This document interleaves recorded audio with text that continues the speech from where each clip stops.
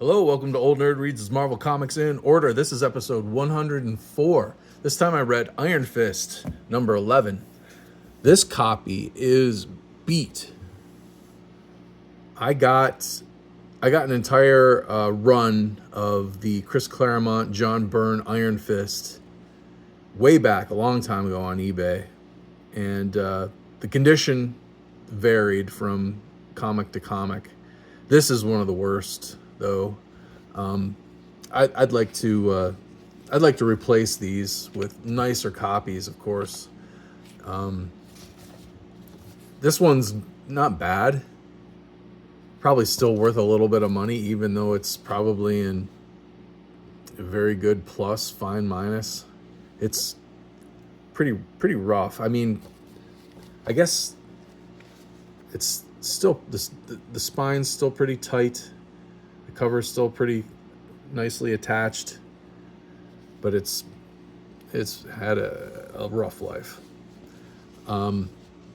Again, we've got John Byrne not doing the cover, unfortunately. I believe this is Gil Kane. I'm going to say Gil Kane. I'm not sure, but not a bad cover at all. But I wish John Byrne had done it. This issue, we've got the Wrecking Crew fighting Iron Fist, and this is wow. I was really impressed with this issue. Between the story and the art and the villains, this is such a cool. This issue is so good.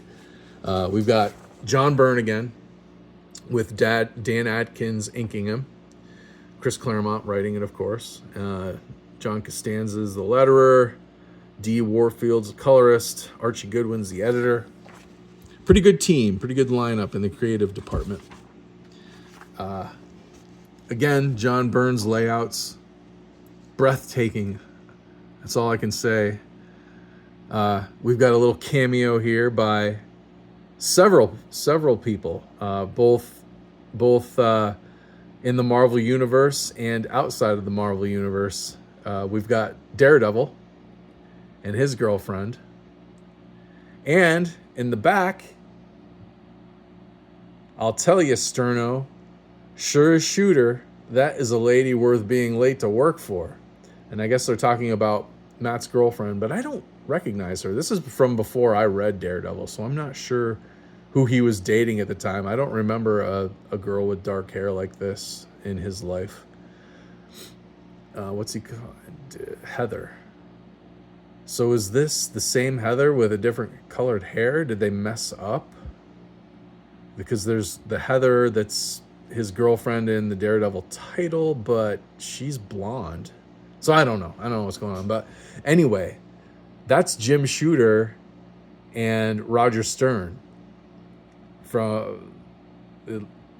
This must be before John Byrne hated Jim Shooter.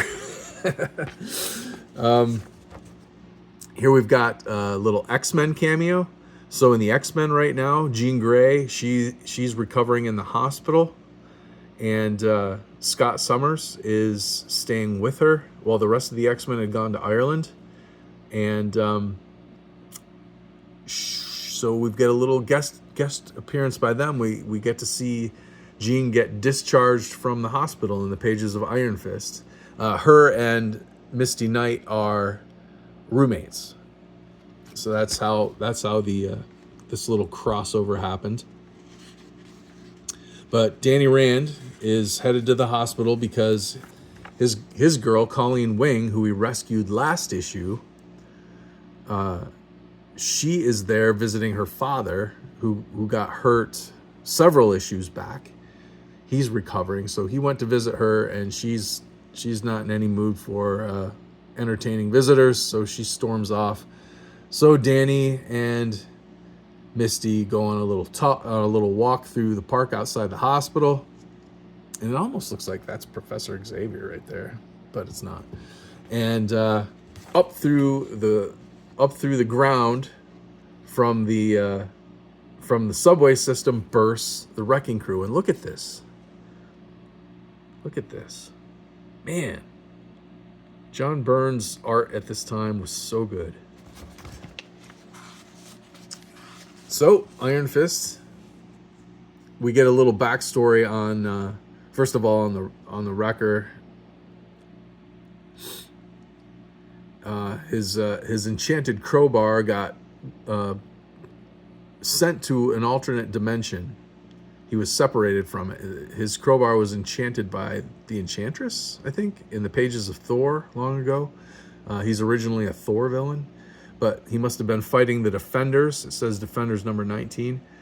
Doctor Strange sent the crowbar off into another dimension, but then stinking Puppet Master made a puppet of the Wrecker, and when he did, it made the wrecking bar come back to our dimension, right into the hands of the Wrecker, who was in prison, and he busted out.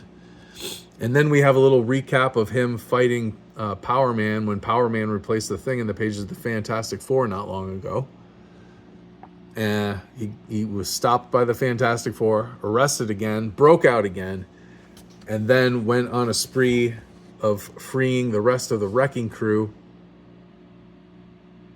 They're gonna go big time. They're gonna perform some big time heists. They're gonna team up and make a lot of money, I guess.